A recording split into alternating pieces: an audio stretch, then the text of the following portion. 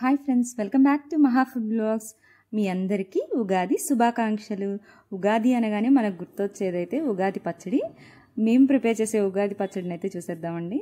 మనమైతే వేపపూత, అలాగే మామిడికాయ, పచ్చి కొబ్బరి తురుము, బెల్లం తురుము, అలాగే చింతపండునైతే గింజలు తీసుకొని కొన్ని నీళ్ళల్లో నానబెట్టుకోవాలి. అరటిపండు, కారం, ఉప్పు, అలాగే మిరియాల పొడిని అయితే తీసుకోవాలి. మిరియాలను అయితే మెత్తగా దంచుకొని మిరియాల పొడిని అయితే తీసేసుకోవాలి.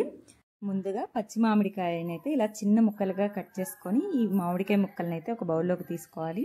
ఇప్పుడు అందులో ఉప్పు, అలాగే కారం, ఒక అర స్పూన్ వరకు మిరియాల పొడిని వేసుకోవాలి.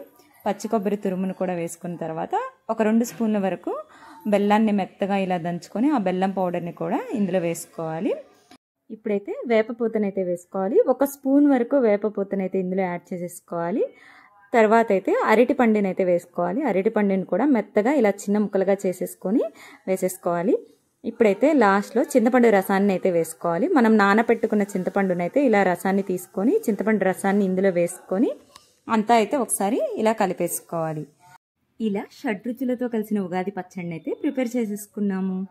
మరొకసారి మీ అందరికీ మా అందరి తరపున ఉగాది శుభాకాంక్షలు.